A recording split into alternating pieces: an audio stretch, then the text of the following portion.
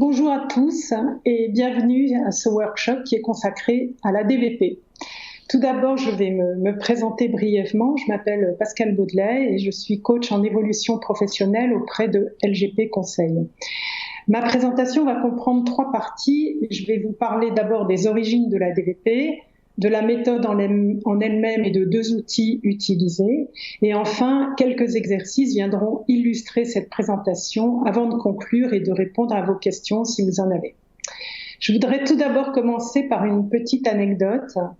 Un jour où j'accompagnais une personne dans sa réflexion sur son projet professionnel, on était en train de travailler au cours d'une séance, peut-être la 4e ou la 5e, et tout à coup cette personne s'arrête et elle est partie dans une réflexion profonde. Alors je lui ai demandé ce qui se passait et elle m'a répondu: je viens de prendre conscience que c'est sur mon projet global qu'on est en train de travailler, de qui je veux être et pas seulement au travail. Parce que les valeurs qu'on mettait en évidence, qu'on met en évidence, ce ne sont pas seulement des valeurs liées au travail, ce sont vraiment des balises, des repères de ma vie pour toutes les facettes de mon existence. Et sans le savoir, cette personne venait de définir simplement ce qu'était la DVP. Alors justement, qu'est-ce que c'est la DVP? D'abord, ces lettres, qu'est-ce qu'elles signifient? Alors la DVP, ça veut dire l'activation du développement vocationnel et personnel. C'est une démarche d'orientation professionnelle et personnelle originaire du Québec. Alors vocationnel, en fait, au Québec, ça veut dire professionnel, tout simplement. D'où ce mot bizarre. Alors plus concrètement, qu'est-ce que c'est la DVP? C'est une méthode qui est centrée sur la personne et qui propose à l'accompagner de penser son projet avant tout pour lui-même, par lui-même, non pas pour les autres, parce que souvent, au long de son parcours, on a répondu aux projets ou aux intentions que d'autres avaient pour nous, nos proches, nos parents, mais c'est pas toujours facile de trouver sa propre voie, notamment quand on est très jeune, et de résister aux injonctions parentales. C'est une approche donc qui a été développée dans les années 70, elle n'est pas récente, mais elle est très utilisée aujourd'hui encore. Elle est issue des travaux de différents psychologues, que je nomme rapidement Carl Rogers, Piaget, Vallon, Vygotsky, et elle est donc très utilisée par de nombreux acteurs de l'orientation professionnelle. Alors à qui elle s'adresse cette méthode ADVP? Eh bien, elle s'adresse à tout le monde. C'est vraiment une méthode adaptable et adaptée à toute personne en orientation. Aussi bien les personnes en poste, les demandeurs d'emploi, les seniors qui préparent leur retraite, les jeunes en réflexion sur leur avenir, et quelle que soit la catégorie socio-professionnelle. Et finalement, à quoi ça sert? La DVP, c'est une démarche d'éducation au choix qui permet à la personne de réfléchir et d'élaborer en toute autonomie. Éducation au choix, c'est vraiment grandir dans son autonomie et sa capacité de décision. Et donc, on élabore par étapes son projet professionnel, voire son projet de vie. C'est beaucoup plus large que le projet professionnel. L'intérêt de cette approche, c'est qu'elle postule que l'individu, il est capable de s'auto-déterminer et de trouver lui-même, pour lui-même, en lui-même, les réponses à ces questions pour peu qu'il soit accompagné dans sa réflexion. Voilà rapidement pour les origines de la méthode. Maintenant, concrètement, comment ça se passe? Alors la méthode, elle propose plusieurs étapes. Tout d'abord, elle propose de vivre des expériences à travers des activités ou des exercices qui visent une réflexion sur soi-même pour identifier et clarifier ses valeurs, ses goûts, ses centres d'intérêt, ses traits de personnalité, ses savoirs, ses compétences. Ensuite, il y a des activités qui visent à s'interroger sur les conditions de travail qui motiveraient la personne accompagnée. Découvrir les métiers dans lesquels elle se projette et dans lesquels elle imagine pouvoir se réaliser. Et puis confronter ses désirs et ses représentations à la réalité des métiers et au monde du travail pour, au final, choisir, faire un choix. Cette découverte de ses motivations dans la vie et au travail va permettre à la personne de se définir mieux pour accéder à une place sociale qui ait du sens pour elle, une place où elle se sent à la fois heureuse et utile. Enfin, le travail se conclut par la validation d'un projet professionnel et la construction d'un plan d'action précis. Pour réaliser ces différentes étapes, vous vous en doutez, plusieurs outils existent.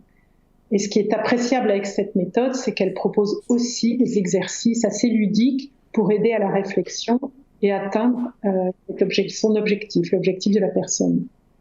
Donc, je vais vous présenter 2 outils. Le premier que j'ai choisi s'appelle Explorama. Alors, comment se présente-t-il et à quoi sert-il? Explorama, ce sont 48 planches photos couleurs d'environnement professionnel. Chaque environnement professionnel est illustré par 4 photos sur une même planche, ce qui fait en tout 192 métiers. Ce support, il permet la projection et la découverte des univers de travail et une meilleure connaissance de soi. Alors, ils sont utilisés bien sûr dans différents exercices. Donc, il facilite la diversification des pistes d'orientation ou, à l'inverse, il aide à préciser un projet selon l'endroit où la personne se situe dans l'élaboration de son projet. Cet outil peut être utilisé de façon multiple et il permet, par exemple, en fonction des exercices que l'on va faire, soit de découvrir des métiers à partir d'environnements professionnels, parce qu'on ne connaît pas tous les métiers, il y en a des milliers, d'identifier des conditions de travail souhaitées, je me projette là, mais alors là, pas du tout, par exemple, d'explorer divers environnements pour un même métier et de se projeter dans un environnement de travail. Ce premier outil, Explorama, et le deuxième dont je voudrais vous parler s'appelle Par l'image. Par l'image, pourquoi j'aime bien cet outil? Parce qu'une image vaut mieux qu'un long discours, vous le savez certainement. À quoi sert-il donc par l'image? Par l'image, c'est un photolangage qui est utile pour l'exploration de soi et l'utilisation de la photographie. Donc l'outil comprend 100 photos et il permet d'aborder par la médiation de l'image la réflexion sur soi, la projection dans l'avenir et l'insertion sociale professionnelle. Si par exemple je vous demande de choisir parmi ces 100 photos une qui représente pour vous ce qu'est l'univers, le travail, l'univers professionnel, vos commentaires sur votre choix d'image va être beaucoup plus riche et complexe que si je vous avais demandé qu'est-ce que c'est pour vous le travail. Ça n'a rien à voir. Vous allez effectivement avoir une richesse de vocabulaire, vous n'aurez pas choisi cette photo au hasard, donc il y a tout un travail qui peut se faire à partir de là. Enfin, après la présentation de ces 2 outils, je vous propose de découvrir quelques exercices qui se situent à des moments clés de l'accompagnement, de la construction de soi à la construction de projet et sa prise de décision. Alors ces exercices, ils sont structurés avec des consignes précises évidemment et ils sont débriefés à l'issue de leur pratique avec la personne accompagnée bien sûr. Voici tout d'abord 3 exercices sur la connaissance de soi et l'autodiagnostic. Le premier s'appelle les ailes du désir. Il s'agit de lister les 10 choses les plus folles ou rêvées que vous aimeriez faire et puis de réfléchir à leur faisabilité par rapport à leur désirabilité. Et un travail de débriefing, bien sûr, derrière viendra enrichir la réflexion. Un autre exercice s'intitule « Pourquoi je travaille ?» et il s'agira pour vous de réfléchir aux 3 raisons principales pour lesquelles vous travaillez. Et à partir de ces 3 raisons principales, de redécliner pour chacune d'entre elles 3 autres raisons. Par exemple, si vous avez écrit « Je travaille pour l'argent », pourquoi? Et là, la réflexion se pousse assez loin. À l'issue de cet exercice, évidemment, des valeurs et des motivations apparaissent et viennent enrichir le travail en cours. Un autre exercice s'appelle Ali Baba et les 40 valeurs. Il s'agit pour vous de reconnaître dans une liste de valeurs vos valeurs à vous, et puis vous ferez faire le même exercice à vos proches, collègues, famille, amis, et le débriefing évidemment va permettre de travailler à la fois sur vos ressentis quand vous l'avez fait, pourquoi vous avez fait ces choix, et vos réflexions suite à la découverte de comment les autres vous voient. Pour la construction de projets et la prise de décision, je vais vous citer également 3 autres exemples. Un premier exercice intitulé « Le contrat de confiance » permet de comprendre que la logique à utiliser pour choisir un métier, elle est exactement la même que pour l'achat, un gros achat, par exemple une voiture ou une machine à laver. C'est-à-dire qu'en fait, vous allez devoir étudier attentivement un certain nombre de critères, sans en omettre aucun, et vous allez faire une checklist, vous allez classer les choses et vous allez élaborer de la même façon que quand vous achetez quelque chose d'important pour vous, le métier procède de cette même logique. Un autre exercice en fin de parcours que nous faisons faire régulièrement, c'est qu'après avoir identifié votre projet, vous allez écrire la marelle de votre projet. Donc la marelle du projet, ce sont toutes les étapes de votre projet, à partir d'aujourd'hui jusqu'à la mise en œuvre, sans omettre à chaque étape, et ça c'est très important, de réfléchir aux aléas possibles. C'est-à-dire que vous vous dites, je vais aller dans tel univers professionnel, à tel endroit, telle entreprise ou telle ville, vous voulez bouger, que je bouge, qu'est-ce que je fais, mais s'il y a un aléa, ça se fait pas comme ça, qu'est-ce qui se passe? Cette anticipation, elle permet de réduire à la fois le stress lié au changement éventuel par rapport au projet initial, et elle permet aussi de sécuriser, parce que comme vous aurez pensé aux différents aléas possibles, vous serez prêt beaucoup mieux à les vivre au cas où ils arrivent.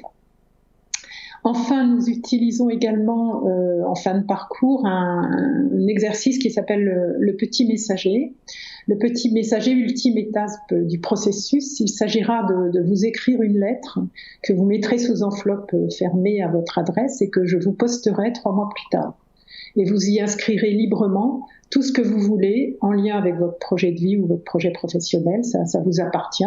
Mais voilà, c'est un travail à la fois de réflexion, mais également ça vous engage quelque part dans la voie que vous étiez en train de vivre au cours de l'accompagnement que nous avons fait ensemble. Pour conclure, je dirais que la DVP, c'est une démarche évidemment accessible à chacun et qui s'adapte à tous les profils, comme je vous l'ai dit au début de notre entretien. C'est une méthode simple, elle est pédagogique, elle est centrée sur la personne, sur ce qu'elle est vraiment, et c'est une approche très opérationnelle. À LGP Conseil, nous l'avons mise au cœur de nos pratiques d'orientation, de bilan de compétences, de bilan de professionnels. Nous l'utilisons régulièrement et elle produit d'excellents résultats, à la fois en termes d'orientation ou de retour vers l'emploi, mais également en termes d'expérience vécue par la personne, puisque c'est un outil qui est révélateur de l'identité de la personne, de ses compétences et qui lui permet de se projeter dans l'avenir et de se construire. Voilà, j'ai été rapide, mais j'en ai terminé avec cette présentation. Je vous remercie pour votre écoute. C'est bizarre parce que je ne vois personne. Merci Pascal. En tout cas, je vous propose de répondre en tout cas à vos questions si vous en avez. Merci beaucoup Pascal pour votre intervention. Oui. En tout cas, voilà, qui a suscité beaucoup de réactions positives, mais nous n'avons pour le moment aucune question. Donc effectivement, si vous souhaitez poser vos questions à Pascal, allez-y, vous pouvez le faire maintenant sur le fil d'actualité du Facebook Live. En tout cas, je vous remercie pour cette explication qui était, en tout cas, la présentation de vos différentes méthodes qui était assez intéressante. Moi, j'ai beaucoup aimé le petit messager, que je trouvais ça très intéressant. Voilà, donc la petite lettre qu'on reçoit effectivement 3 mois après avoir fini. Donc la DVP, c'est ça? La DVP. La DVP. Le petit messager, c'est un véritable engagement parce qu'on s'écrit à soi et personne ne voit ce courrier, ni même l'animateur, le consultant avec qui on travaille. Donc c'est vraiment un engagement qu'on prend vis-à-vis de soi-même. Donc il a une valeur importante. Ça a une autre valeur que si, enfin je ne sais pas comment l'exprimer mieux, mais vraiment ça vient sceller le parcours. Donc j'ai quelques petites questions du coup qui viennent sur le fil d'actualité. Donc combien de cabinets utilisent cette méthode ? Est-ce que vous connaissez? Alors, je ne sais pas répondre précisément à ça, mais ce que je peux vous dire, c'est que Pôle emploi l'utilise, l'APEC l'utilise, les missions locales. Je dirais que tous les professionnels de l'accompagnement la connaissent et la plupart d'entre eux l'utilisent. Et moi-même, quand j'ai été formée, il y avait dans mes j'ai fait différents stages avec eux, puisque c'est scindé il y a un parcours, si vous voulez, de formation. Et en fait, à chaque fois, j'avais des gens d'univers professionnel de l'accompagnement de façon générale en France. Vraiment, j'ai tout eu. J'ai eu l'APEC, j'ai eu mission locale, j'ai eu des gens de chambre de commerce, Pôle emploi. Enfin, donc du coup assez diversifié comme personnes qui participent à cet accompagnement. Combien dure votre accompagnement de manière générale quand on se fait accompagner sur cette méthode? Ça dépend ce qu'on choisit, mais si on choisit le bilan de compétences, c'est 24 heures, avec une partie de ces 24 heures qui sont du travail personnel, puisque on n'est pas accompagné à 24 heures durant par le consultant. Le consultant, il débriefe les exercices qui sont faits. Il y en a, on les fait ensemble, et il y en a d'autres, on les fait tout seul, et ensuite, il y a un travail réflexif, un peu de mûrissement, et ensuite, on retravaille avec le consultant qui vous accompagne. Alors j'ai une question de Véronique qui aimerait bien se former à cette méthode. Est-ce que c'est possible ? Oui. Est-ce que c'est quelque chose que vous faites ? Tout à fait. Alors moi, je ne forme pas les personnes. En revanche, vous pouvez tout à fait, Véronique, vous former Moi, je me suis formée avec le Patio à Paris, qui est vraiment le point d'entrée en France de la DVP. Ils sont près de la Défense. Et si vous allez sur leur site, vous verrez les différents cursus qui existent. Il y a même des parcours certifiants éligibles au CPF. Bon, bah parfait. Je vois qu'on n'a plus d'autres questions. Je vous remercie beaucoup, Pascale, pour votre intervention. Vous êtes dans la région de Nantes, en tout cas. Tout à fait. Voilà, oui. Donc on peut vous retrouver à la fois sur le hall d'exposition de salon professionnel. Vous avez encore de la disponibilité pour qu'on puisse prendre rendez-vous avec vous, pour que vous puissiez directement discuter avec les personnes en visioconférence pour celles qui seraient intéressées par cette méthode, en tout cas. Oui. Et voilà, donc on vous retrouve sur le site internet salonprofessionnel.com/online. Voilà. Okay. Merci beaucoup, Pascale. Bonne continuation pour ces 2 derniers jours de salon. Vous et aussi. Portez-vous bien. Ouais, pareillement. Et merci pour tous ceux qui m'ont écouté. Je vous souhaite une bonne continuation à tous. Merci à vous aussi.